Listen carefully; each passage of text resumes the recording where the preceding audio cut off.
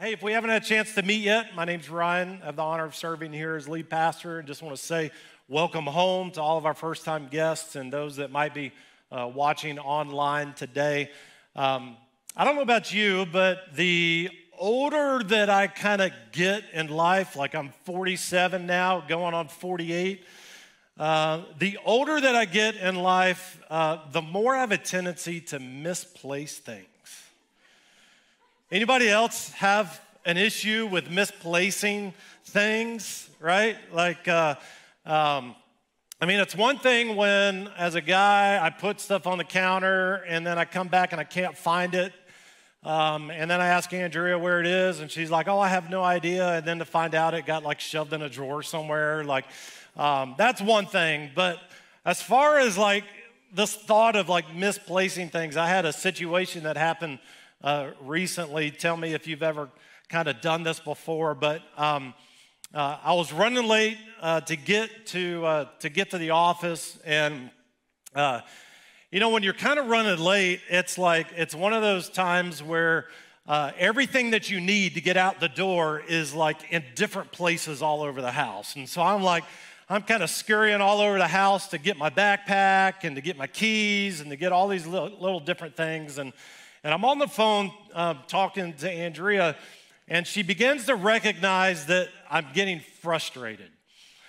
And she's like, babe, what's wrong? What's wrong? And I said, I got everything. I got to get out the door, got to get to the office, but I can't find my phone. I've looked all over the place, and I can't find my phone. And then all of a sudden, like dead silence happened, and then she responds, and she's like, babe, you're on the phone with me. Like, I don't know how many of you guys have ever done that before, but sometimes in life we can be easily distracted by doing things that we need help from somebody else to help us see what we're missing, to help us see the things that might be right in front of us, but we're just incapable to see it in the moment. And today, as we continue this series about Get It Back, we're going to get some help with that. We're going to get some help as we jump into the story of Nehemiah. The story of Nehemiah, we're going to begin to discover what it looks like for us to get it back in our lives. And if you missed last week, we talked about getting the it factor, getting it in our life. The it factor is kind of hard to describe, but essentially it's the presence and the activity of God in our life that is just so vibrant, like so alive, that our life is better for it, and the people around us, their lives are better for it. And so last week we looked at Deuteronomy chapter 8, and we looked at how the Bible kind of lays out what I call the it cycle. And we walked through in Deuteronomy chapter 8 how it begins for us to be able to get it back in our lives. It starts through a position of humility. And then as we walk in humility, that humility leads us into obedience. Obedience leads us into a life of blessing. And then we talked about when God begins to bless us in our life, we then have one of two choices, that either we praise Him for all that He's doing in our lives, or we begin to walk in pride and begin to say, I did that. And what we see with the it cycle is that when we begin to walk in pride, when we begin to take the glory for ourselves and what God is doing in our lives, that the only way that God can get us back into that it cycle in our life is to allow us to go through seasons of humiliation. Seasons where we begin to identify and to recognize that we can't do this on our own, that it isn't all about us. And those seasons of humiliation, seasons of brokenness in our life, God uses that to take us back to a place of humility, a place where we recognize that He is the creator and I'm the creation, and that He knows best for my life. And so this week what we're doing is we're now beginning to transition out of what we've seen as the it cycle, and we're going to take a look at this story of Nehemiah. That we're going to take a look at how God uses him to help people, to help families, to even help an entire nation get it back. If you got your Bible or smartphone with you today, turn with me to Nehemiah chapter 1. And if you're taking notes, I've entitled today's message, See Something, Do Something. See something, do something.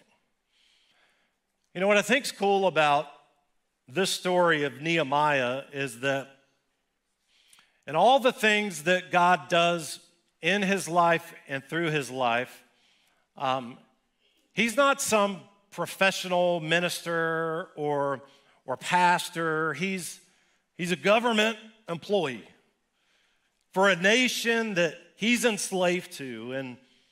And he ends up becoming a general contractor. And God uses him in such a mighty way to help people find hope, healing, and purpose in their lives. The backstory leading up to Nehemiah chapter 1 is this, and see if you can identify the it cycle in this backstory, that in Genesis chapter 12, God chooses a nobody.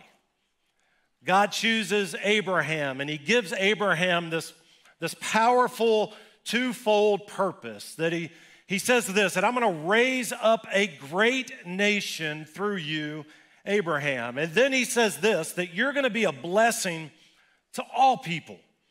And here's what that promise means, is that it's through Abraham's lineage that Jesus is born. And so what God is saying is that through you, Abraham, I'm going to bring Jesus, who is going to be a blessing to all people. And essentially what's happening here is that God was saying to Abraham that if you walk humbly before me and you obey me, that I'm going to bless you with it. And although Abraham and his family, they weren't perfect, for several generations, they strived to put God first, and God ended up raising them up and giving them their own land. And long story short, over time, they became prideful. They forgot where their blessings came from, and eventually, after hundreds of years and countless warnings, they continued in their disobedience, and God removed it from their lives. Because of their continued disobedience, Israel ends up being conquered by Babylon, who is then conquered by Persia, and now the Israelites find themselves slaves to the Persians. And what Israel had once had was now gone until God raises up a man by the name of Nehemiah, who God uses in a mighty way to spark a revival and restoration throughout the land. And what's fascinating is that it's through Nehemiah's courage and obedience that the people and the families and the nation of Israel end up getting it back. And so as we jump into Nehemiah chapter 1 for a few minutes this morning, I want us to look at what caused Nehemiah to see what he previously couldn't see. In Nehemiah chapter 1, verse 2, this is what it says, that Hanani, one of my brothers, came to visit me with some other men who had just arrived from Judah. I asked them about the Jews who had returned there from captivity and about how things were going in Jerusalem.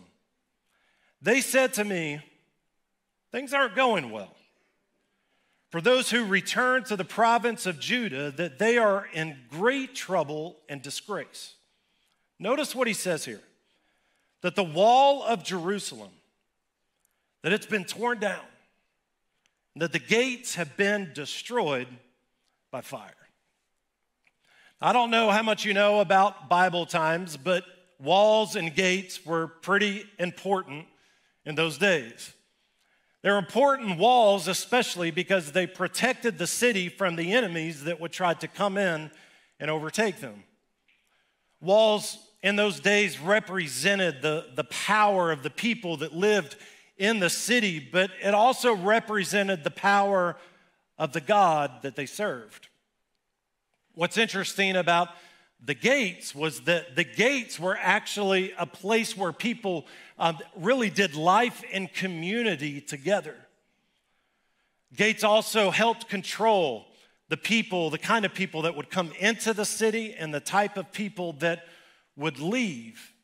And at the end of the day, whoever controlled the gates would control the city. And I think in a sense, you and I, we all have walls and gates in our own lives.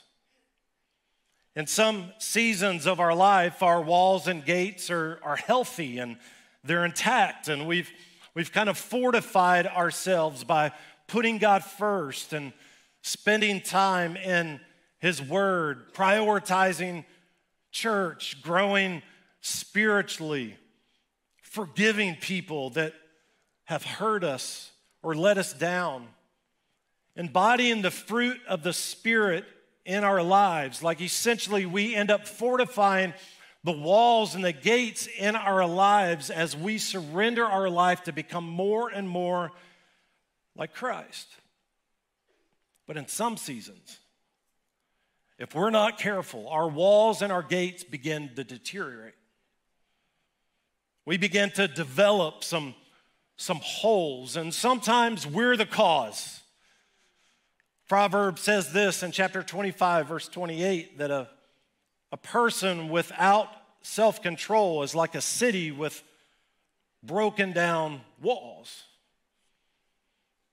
I know for me in my life and my journey with God, the majority of the regrets that I have in my life are because of a lack of self-control. And what the Bible begins to talk about here is how that lack of self-control in our lives, how it begins to tear down the walls in our life. You know, self-control is the ability to say no to the things that will harm us so that we can say yes to the things that will bless us. But if we're honest, sometimes our walls, sometimes our gates get damaged not because of what we've done, but because of what others have done. Because of somebody that cheated on us, somebody who abused us or lied to us or manipulated us or let us down. What I find is interesting is in Ephesians chapter 4, there's a warning to us when we've had those kind of pains, those kinds of disappointments that have happened in our life. There's this warning that says, listen, don't let your anger of what other people have done to you in your life, don't let that anger lead to sin. Sin meaning a degree of unforgiveness, a degree of bitterness, the feeling of just kind of looking back at them and hatred in your heart. And what Ephesians 4 says is that when we begin to do that in our lives, it says this, that we give the enemy a foothold. We give the enemy a foothold in our wall to be able to get over the wall, to create a level of hopelessness, a level of feeling exposed where we get attacked by the enemy. And I think what's kind of interesting about the story of Nehemiah is that in a sense, that's kind of how the people of Israel felt. And what's so fascinating is that Nehemiah hears about this, and something about it stirs within his heart. Look at this in verse 4. Nehemiah says that when I heard this, when I heard about the walls being torn down, when I heard about the gates, he says, I sat down and I wept. Let me ask you a provoking but somewhat convicting question. When was the last time that you were broken over someone else's brokenness? Like, it's easy for us to get broken over our own brokenness. But when was the last time that you were broken when you heard about somebody else's brokenness? And that's where Nehemiah is in this moment, that there's something that begins to stir in his heart, like a pain deep on the inside as he begins to hear about the destruction in his homeland. Here's what he says. He says that for days I mourned, for days I fasted, for days I prayed to the God of heaven. Then I said, O Lord, God of heaven, the great and awesome God who keeps his covenant of unfailing love with those who love him and obey his commands. He says in verse 6, listen to my prayer. Can you sense the desperation and the heartbreak in Nehemiah? He says, look down and see me praying night and day for your people, Israel. Notice this. He says, I confess that we've sinned against you. Yes, even my own family and I have sinned. That we've sinned terribly, not by not obeying the commands and the decrees and the regulations that you gave us through your servant Moses. You know, one of the things that I love about this moment for Nehemiah is that he took ownership. Like, if you think about the story and you think about where Nehemiah is, that he's taking ownership not just of his disobedience, but he's taking ownership of the disobedience of generations before him. The generations of disobedient Israelites that even got them to this place. You know, that's not a normal kind of response, not for their day, but especially not for our day. Like, think about the culture that we live in today. When others sin, what do?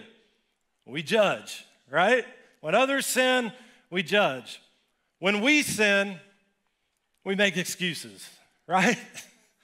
We judge others, but we make excuses. Listen, I know this firsthand. Let me kind of paint the picture. So, if I got to go to Publix after work to get some groceries, trying to jump in there and get something real quick before I go home to be able to make dinner or get something for Andrea if she's making dinner. Here's how that plays out. I go in, I grab a few groceries, I jump into the express lane, the 10 items or less lane, and I don't know what goes through your mind when you're in the express lane, but here's what goes through my mind. I began to count how many items the person has that's in front of me in the express lane, right? And then as I began to count, and I'm like 1, 2, 3, 4, 5, 6, 7, 8, 9, 10, 11, 12, like anger begins to rise up within me, right? And if Andrea's with me, she's like, babe, chill, babe, chill. Everything inside of me wants to like say something, right? But you don't like actually say it. You just kind of like you lean over to Andrea and be like, Dang, that's a lot of items on the conveyor belt there, right? It's like that passive. We judge when somebody else, sins, which I guess going through the express lane with more than 10 items, sin or not sin, I don't know. But we judge. But if I'm in Publix and all the lanes are full and I have 13 items in my cart,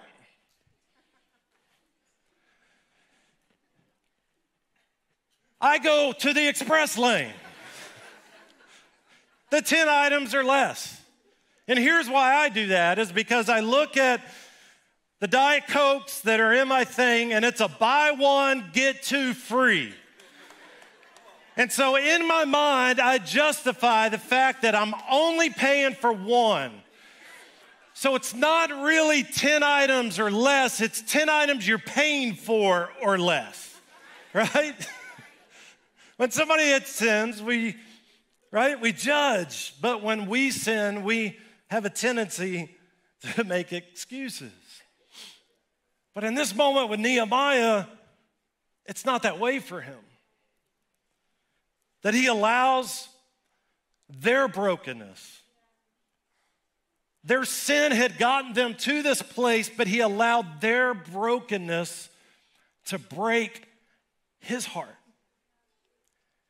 And it was in his brokenness that, notice this, that he was able to see what he already knew differently. Let me say that again. He was able to see what he already knew differently. Let me explain. For all of us, it's easy for us to miss some details about what we read in the Bible because we weren't there and we didn't live it. And so what all of us do this. We parachute into moments in the Bible, right? We parachute into Nehemiah. We parachute into Ephesians. We parachute into James. And the hardest thing for us to wrap our mind around is the linear story, and that these events, these books of the Bible, they're a portion of the linear story. And so there's elements of the backstory that we just naturally are not aware of because we didn't live it. And so in this moment with Nehemiah, when his brother shows up and his buddies and they share this news about the walls being torn down, it's not the first time that Nehemiah had heard that news. Like the walls had been torn down 134 years before this moment. 134 years. Like Nehemiah already knew this was an issue. He already knew that the walls were torn down. For Nehemiah in this moment, he didn't get new information. Get this. He got a new perspective. He didn't get new information. He got a new perspective. Ryan, what are you trying to say? Back to the beginning. That sometimes you and I can be so distracted by the things that we're doing that we need help from somebody else to see what we're missing. For Nehemiah in this moment and leading up to this moment, he had been distracted. He had been focused on his responsibility as the cupbearer to the king. Sounds like an amazing position, but then when you realize that you're really just the one there to taste the wine, so that if somebody poisoned it, you're the one that dies instead of the king, doesn't sound so great. And so he had been distracted because he was focusing on his own job, his own responsibilities, Notice this, that where Nehemiah was in Persia, he was close to 900 miles away from the problem. 900 miles away. I don't know if you've noticed this in your life, but I've noticed for me that the more that I distance myself from problems that I see, the less compassion I have towards it. And I think that's where Nehemiah was in this season of his life before his brother and his buddies show up. That he's distracted, that he's kind of withdrawn, that there's a big distance between the problem that's happening over there and the present life that he is experiencing here. And there was a disconnect in his heart. And he needed somebody. He needed somebody to show up. He needed somebody that could help him to identify and to help him see what was missing. And here's what was missing: a people and families who were missing out on God's best in their life because their walls had been torn down.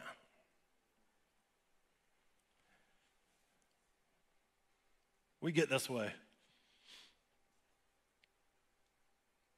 We get this way in our own life. We get distracted. We get so focused on our circle and our responsibilities and the people that are closest to us that we begin to miss, become incapable of seeing the problems or the issues that are right in front of us.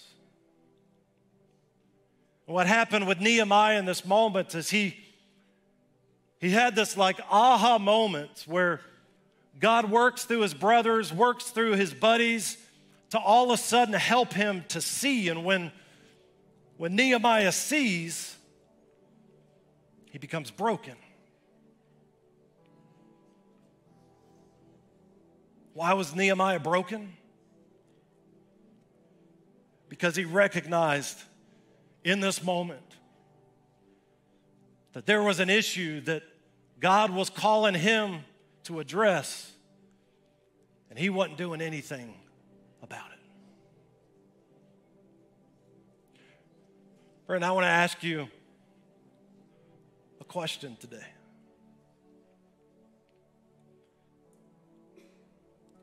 Whose walls is God calling you to repair? Whose walls is God calling you to repair that maybe you're not seeing because you're so distracted by so many other things in your life? It's a challenging question. But friend, what we choose to do with it greatly determines whether we get it back and whether we're able to help others get it back.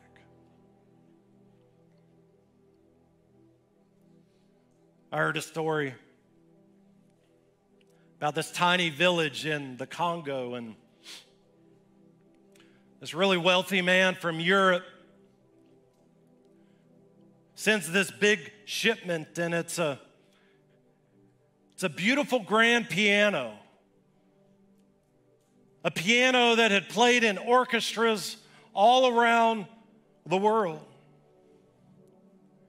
And when this piano arrives to this village, all the villagers, they're kind of looking at it. They had never seen anything like this before, ever. They're looking at it, and the village elder shows up, and he begins to look at it, begins to walk around to try to identify what this thing is. And the elder, being the smartest, known as the smartest person in the village, he says, I know what it is. It's a doorstop. And for 2 years, This beautiful grand piano that had toured all around the world, playing in orchestras all around the world, was pushed up against the door in this tiny village, holding a door open. This wealthy man shows up a couple years later, and he sees this piano up against the door, and he's like, "What are you doing? What are you doing?" He makes this statement. He says, "This thing wasn't made to stop doors. It was made to make music." When I heard that story, what just dropped in my heart was this question: how many of us spend our entire lives stopping doors when God made us to make music? Friend, God didn't call Nehemiah because his walls were perfect. He was a Jew in a foreign land working a government job for a Persian king. But there was a moment. There was a moment when his eyes were opened, that his perspective began to change, that he began to see his life and his purpose not about himself, but about others. And then he chose to do something about it. He saw something, and he did something. Friend, I think what God would have all of us glean from this moment and this message is that, God, what walls have you called me to help rebuild? That I've been so distracted by the things in my life and my own initiatives and my own goals and the things that drive me that I'm unable to see it. Hey, how incredible was that message today? I don't know about you guys, but I know for me that my life has been changed. If you haven't done so already, take a moment, go down below and click subscribe. This is a good way to stay up to date with all the content that we're putting out, like messages that you just listened to. You can also like this video, comment down below, or even share this. Who knows, your obedience to share this video could be someone else's miracle. If you're looking for more information about Transformation Church, you can go to our website, www.transformtlh.com. This is going to give you info like service times and all that great stuff. We hope to see you, though, in person one of these Sundays. Come and say hi. We'll see you soon.